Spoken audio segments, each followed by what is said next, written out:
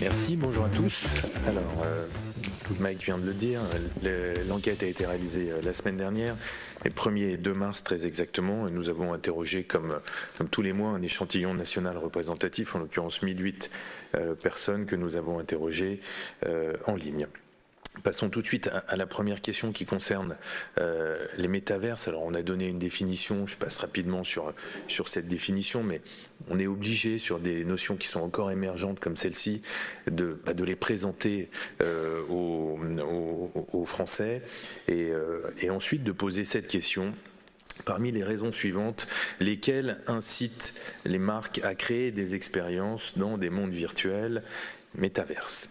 Alors vous le voyez, la première raison qui est identifiée par les Français, c'est évidemment une finalité business, faire du profit, qui est citée par 48% des Français, on monte même à 58% chez les personnes de plus de 65 ans. La deuxième motivation, c'est une problématique de communication. Se donner une image moderne pour 45% des Français, notamment les femmes, notamment les catégories populaires et les jeunes. Chez les catégories populaires, c'est-à-dire les employés, les ouvriers, et chez les jeunes, c'est même la première motivation identifiée. Évidemment, la communication, c'est un moyen au service du business, mais c'est tout de même cette idée-là de se donner une image de modernité qui d'ailleurs est très largement supérieure à une autre problématique de communication qui est plutôt en bas de tableau, se différencier des autres marques. Ça, c'est seulement identifié par 28% des Français. De la même façon, et c'est la troisième motivation, le fait de capter une nouvelle clientèle, d'attirer de nouveaux clients à travers ces expériences dans des mondes virtuels, ça c'est une motivation qui est identifiée par 44% des Français. Et là, on est plutôt en attraction, en recrutement de clients, plus qu'en fidélisation. Vous voyez, fidéliser leurs clients, c'est 2 fois moins, 22%. Dans une moindre mesure, les Français nous disent que les marques investissent ces mondes virtuels pour collecter des données sur les consommateurs, 38%, ça c'est notamment une motivation qui est davantage identifiée par les plus de 65 ans. Et puis aussi pour élargir leur audience, 32% des Français citent ce point. C'est beaucoup plus élevé chez les moins de 25 ans, pardon. Et puis enfin, le fait de supprimer les objets promotionnels, les offres d'échantillons et autres goodies, c'est vraiment une motivation qui est très secondaire pour les Français. Voilà pour les métavers. Et ensuite, nous avons testé toute une série de nouvelles technologies, notamment les NFT, la blockchain, les IA génératives, ChatGPT, dont on parle beaucoup, mais pourtant, là aussi, nous avons été contraints de donner une définition pour présenter aux Français de quoi il s'agit. Et puis ensuite, nous les avons interrogés sur leur perception vis-à-vis de ces différentes technologies en leur demandant si pour eux il s'agissait d'une tendance de fond, c'est-à-dire une tendance qui est appelée à durer, ou au contraire si, d'après eux toujours, c'est un effet de mode, quelque chose qui va s'estomper rapidement. Et vous le voyez, les réponses laissent apparaître 3 cas de figure.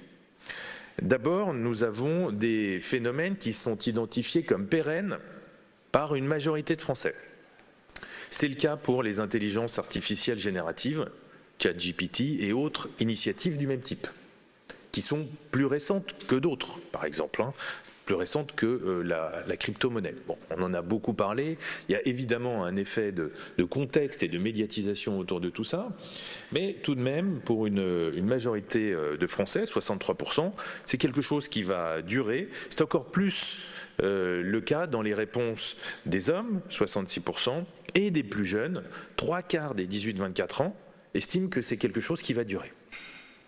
Au même niveau à peu près, la réalité virtuelle et la réalité augmentée. Là aussi, nous sommes face à des phénomènes qui, d'après les Français, sont appelés à se prolonger sur le long terme. Voilà pour le premier cas de figure, donc 3 éléments qui sont pérennes pour les Français. Les IA génératives, la réalité virtuelle, la réalité augmentée. Deuxième cas de figure, où là, les Français hésitent et portent un jugement mitigé, ne savent pas encore trancher s'il s'agit d'une tendance de fond ou au contraire d'un effet de mode. C'est le cas au point près pour la blockchain, 48% versus 48%, même si là aussi les plus jeunes nous disent davantage et en majorité que la blockchain c'est une tendance de fond. C'est le cas dans une moindre mesure pour les mondes virtuels, le métaverse. Ça reste équilibré, même si on a tout de même une courte majorité, 51%, qui nous dit que c'est un effet de mode. Et là, pour le coup, les moins de 35 ans partagent très majoritairement cette idée. Les plus jeunes, on aurait pu s'attendre à ce qu'ils soient davantage utilisateurs de ces mondes virtuels. Non, 57-58% des moins de 35 ans nous disent que les mondes virtuels, le métaverse, est un effet de mode qui va s'estomper rapidement. Et vous voyez la différence entre la réalité virtuelle et les mondes virtuels. La réalité virtuelle, c'est une tendance de fond. Les mondes virtuels, plus immersifs, c'est davantage perçu comme un effet de mode. Peut-être qu'il y a aussi le souvenir de Second Life. Et puis, dernier cas de figure, 2 technologies qui sont perçues comme des gadgets voués à disparaître prochainement. Les crypto-monnaies, pour 58% des Français, même si là les plus jeunes considèrent davantage que c'est une tendance de fond qui va durer, même si ce n'est pas une majorité des plus jeunes. Et puis les NFT, 58% des Français nous disent que c'est un effet de mode qui va s'estomper rapidement. Alors justement, quand on regarde un petit peu plus en détail les NFT, la perception des NFT, on se rend compte à travers cette question que nous avons posée, seriez-vous prêt ou non à utiliser des NFT si elles permettaient toute une série d'usages? On se rend compte que la propension à utiliser des NFT reste encore relativement faible. Il y a tout de même une courte majorité de Français, 52%, qui seraient prêts à les utiliser pour authentifier des produits. D'ailleurs, davantage pour l'achat, pour les produits qu'ils achètent, c'est-à-dire lutter contre la contrefaçon, 52% que pour la revente, 49%. Le deuxième usage, c'est évidemment certifier la traçabilité d'un produit, l'origine de fabrication, la composition, les ingrédients d'un produit. 50% des Français seraient prêts à le faire. Et puis la garantie de la propriété. Un petit peu plus bas, certifier le faible impact environnemental d'un produit, certifier le mode de fabrication d'un produit. Là, on a 46-47% des Français qui seraient prêts à utiliser des NFT pour ces 2 avantages. Et puis en bas de tableau, 2 usages plus transactionnels, si je puis dire. Avoir droit à des avantages spécifiques et personnalisés. Et puis obtenir une carte de fidélité virtuelle et sécurisée.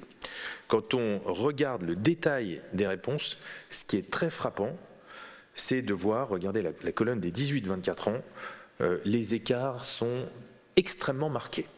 Les 18-24 ans ont une propension, une déclaration d'intention d'utilisation des NFT beaucoup plus élevée, avec des écarts qui varient entre 8 et 20 points par rapport à l'ensemble des Français.